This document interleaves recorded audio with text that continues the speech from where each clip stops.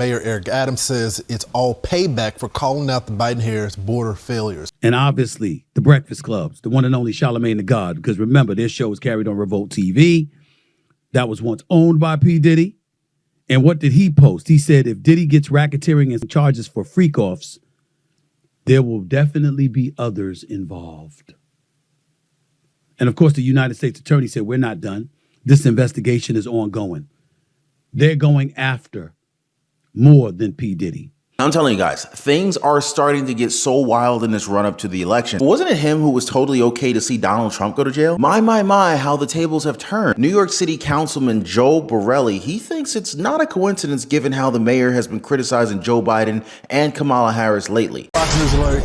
He's the first sitting New York City mayor to face criminal charges. Democrats are just falling one by one. Man, could this be Diddy starting to snitch on them already? I mean, darn guys. So the latest news, New York City Mayor Eric Adams, who was just charged with bribery and wire fraud. Adams solicited and accepted over $100,000 in luxury travel benefits for years from wealthy Turkish business people and at least one Turkish government official seeking to gain influence over him. Adams started accepting undisclosed luxury travel benefits at least as early as 2016. He took these benefits nearly every year through 2021. The indictment unsealed today alleges that Mayor Adams abused his power and position for nearly a decade as Brooklyn Borough President and as mayor to enrich himself and his mayoral campaigns. As charged, he sought and received illegal campaign contributions, luxury travel, and other personal benefits from foreign nationals, as well as individuals and businesses. He allegedly took steps to conceal those illegal contributions and personal benefits and involved city employees and campaign staff in that concealment. The Southern District of New York remains committed to rooting out corruption without fear or favor and without regard to partisan politics. Details right here with the crowd heckling him at his press conference. This is not a black gun. Your policies are anti-black. You are a disgrace to all black people in this city. My day-to-day will not change.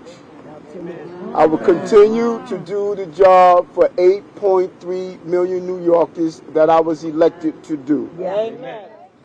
And I look forward to defending myself and defending the people of this city. We should ask those who are conducting this investigation, we should ask them who gave the directive to carry out what we have witnessed over the last 10 months. Over the last 10 months, you knew information before my attorneys knew information over the last 10 months. You reported that there was an indictment before my attorneys knew that there was an indictment. Over the last 10 months, this has happened over and over again, and this is not how our system of justice should operate. Now, I'm telling you guys, things are starting to get so wild in this run up to the election. I mean, they say that this indictment of New York City Mayor Eric Adams is without regard to partisan politics. Wasn't it him who was totally okay to see Donald Trump go to jail? My, how the tables have turned, my friend. And then again, many are questioning the timing of Adams' indictment. New York City Councilman Joe Borelli, he thinks it's not a coincidence given how the mayor has been criticizing Joe Biden and Kamala Harris lately. Fox News alert. He's the first sitting New York City mayor to face criminal charges, and Mayor Eric Adams says it's all payback for calling out the Biden-Harris border failures. Watch. I have been fighting injustice my entire life. That fight has continued as your mayor. Despite our pleas, when the federal government did nothing as its broken immigration policies overloaded our shelter system with no relief, I have been facing these lies for months since I began to speak out for all of you. Joining us now to react, New York City GOP Councilman Joe Borelli. Joe, thanks so much for joining the program. Hopefully you can give us some insight. Look, I don't know if he's innocent or guilty. I just find the timing a little coincidental, and I don't believe in coincidences and politics. He was a co-chair of the campaign for Biden and Harris. And all of a sudden, when he starts to criticize them on their migrant crisis, he gets an investigation. Why is that? No, and certainly 4 years ago or so, I would have never questioned the impartiality of the DOJ. But that question doesn't exist only when it's someone I happen to support is a target of that investigation. And there's a lot of things with this case that just might be a hair too cute. And again, he might be completely guilty, but it is a little bit too cute that the police commissioner was hired a week later. His home gets raided for documents. For documents from 20 years ago, Lawrence. And it's not a coincidence that they raided this campaign staffer's home the day he was going to the White House to tell Joe Biden to end the migrant crisis. So this might just be a coincidence, but I don't believe in coincidences. Adams has been calling out the Biden-Harris administration and their policies on migrants. And now this? Former President Donald Trump, he even compared it to his own lawsuit in New York City as well. Check this out. I noticed the indictment's very old. It goes back a long time. Well, I had the same thing. They went way before the statute of limitations. So I wish him well, but I said that he will be indicted because he did that. You take a look. That's what they do. These are dirty players. These are bad people. They cheat and they do anything necessary. These are bad people. And we need an honest Justice Department. We need an honest FBI, and we need it fast. Now, I guess this just kind of goes to show how it's never a wise decision to bet against Donald Trump. You know what I mean? Now, after this, they could very well be going after the corrupt judges next. We really should have seen the signs. I mean, it was Mayor Eric Adams who gave Diddy a key to New York City. Lo and behold, they're now both charged with crimes this month.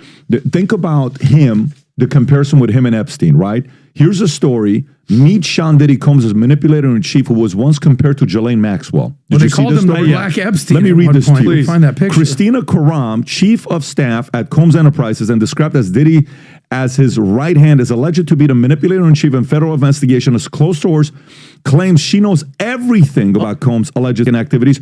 Although she's not been arrested or charged, the federal indictment accuses Combs of using high-ranking supervisors to facilitate and cover up, with Karam allegedly organizing freak-offs. During a ceremony in Times Square, Adams handed Diddy the key, which is supposed to be a symbol of recognition for New Yorkers who have achieved remarkable success. Eric Adams also proclaimed the day Diddy Day. And this was last year, guys. But after the growing controversy around Diddy, Eric Adams requested that he return the key, especially since last week Diddy was arrested and indicted on multiple charges of trafficking and racketeering. Well, Adams is now also in a legal hot seat. In an indictment unsealed just a few days ago, federal prosecutors accused the mayor of years-long public corruption. Prosecutors are saying that Adams solicited bribes from foreign nationals to support his political campaigns and even his personal travel. The indictment states that over roughly 10 years, he accepted various gifts such as complimentary or discounted Turkish airline flights, vacations at luxury hotels, yacht trips. Wow, this guy was balling out of control, likely on city payers' dime.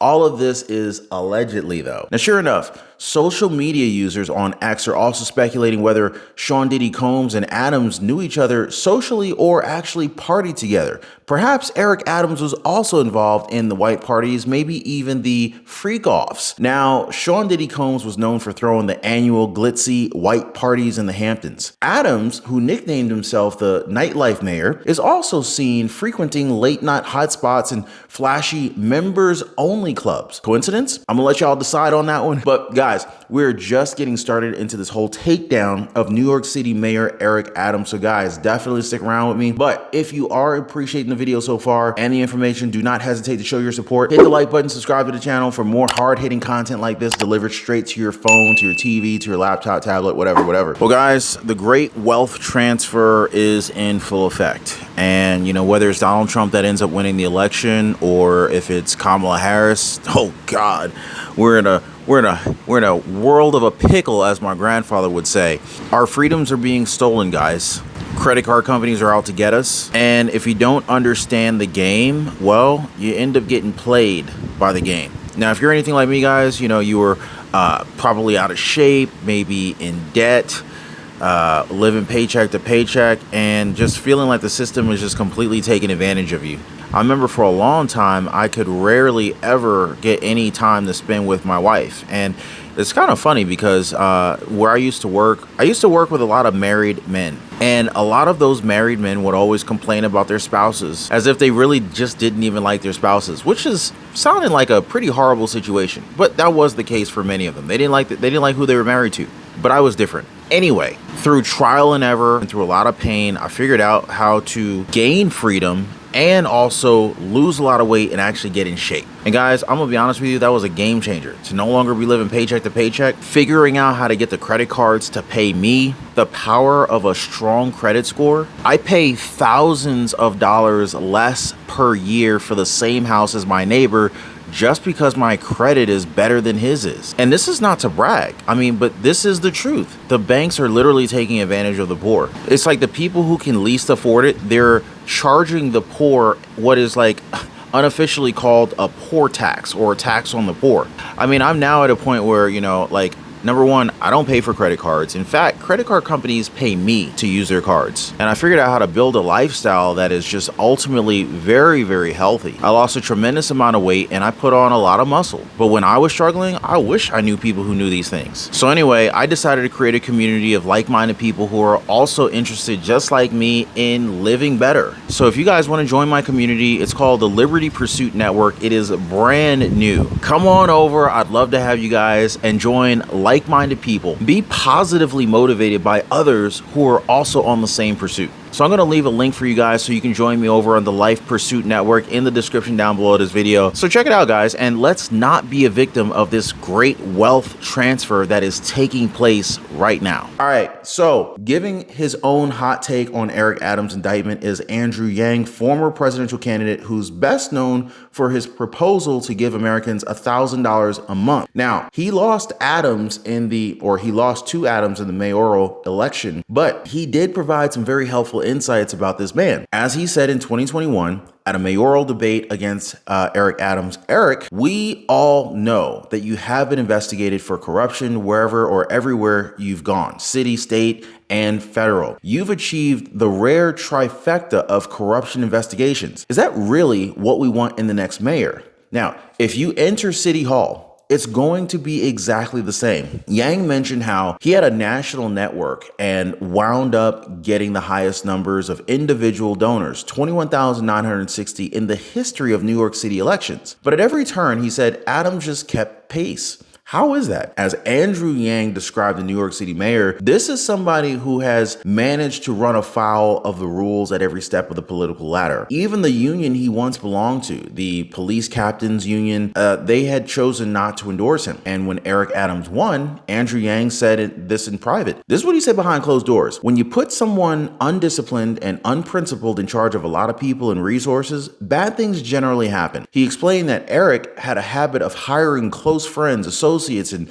confidants for important roles that may or may not match up with their capabilities, capacities, or qualifications. He thought it was quite likely that his administration would be dogged by corruption, cronyism, and self-dealing. And what do we see? We see a police commissioner, school chancellor, chief lawyer, and the head of the Department of Health all resigning. Numerous associates under a cloud of federal investigation and confiscated personal devices. And now this historic indictment. So here's Andrew Yang's hot take on the whole Adams indictment. He liked fancy lights in hotels and allegedly he took them. He was let's just say he saw a shortcut to raise money from his friends with foreign passports and allegedly took that too. This wasn't a very sophisticated operation. Instead, it's the only story of a local politician who was supposed to or was used to favor trading, who didn't realize that some of these things might speed his downfall when he got a bigger job and a bigger spotlight.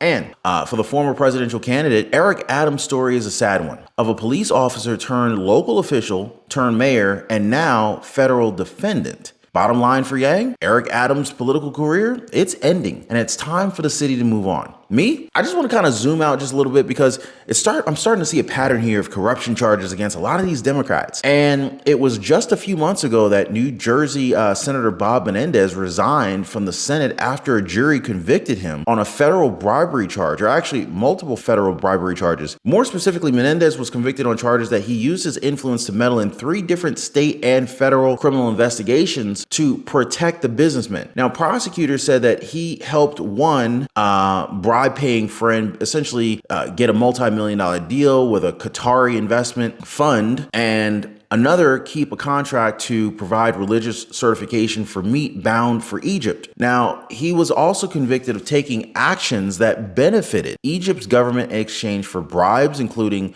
providing details on personnel at the U.S. Embassy in Cairo and ghostwriting a letter to former senators regarding lifting a hold on military aid to Egypt. FBI agents also said that they found stacks of gold bars and $480,000 hidden in Menendez's house. Man, I gotta say, guys, looking at Adams just kind of got, I just think it looks like, from the outside at least, that Eric Adams got stiffed by the Turkish government. That's what it looks like. Basically, all he got were vacations. Meanwhile, Menendez, he got gold bars. And I'm just saying, you know what I'm saying? Forget the free trips, the free airline tickets. Menendez got $500,000. But another notorious Democrat is the so-called Dalton dictator, none other than Mayor Tiffany Henyard. She was elected back in 2021 and has faced mounting allegations of malfeasance in office, including misuse of taxpayer funds. Just one example here, the Tiffany A. Henyard Cares Foundation, and the mayor denies it's hers. So the foundation, which says it supports cancer patients, was given a $10,000 donation from the town board back in September 2022. The same day, it was chartered with the state. A month later, Henyard organized a 10-day walk and bike ride across the state to Springfield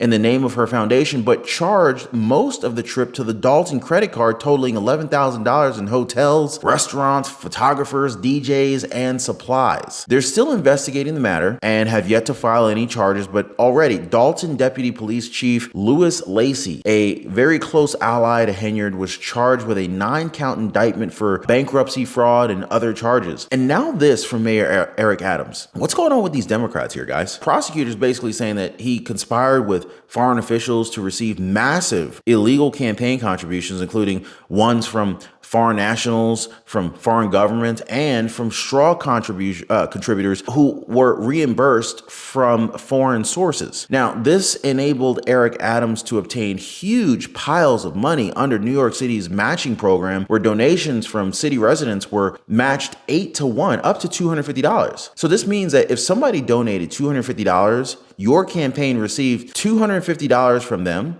and then another $2,000 from the city, because it's an 8-to-1 match.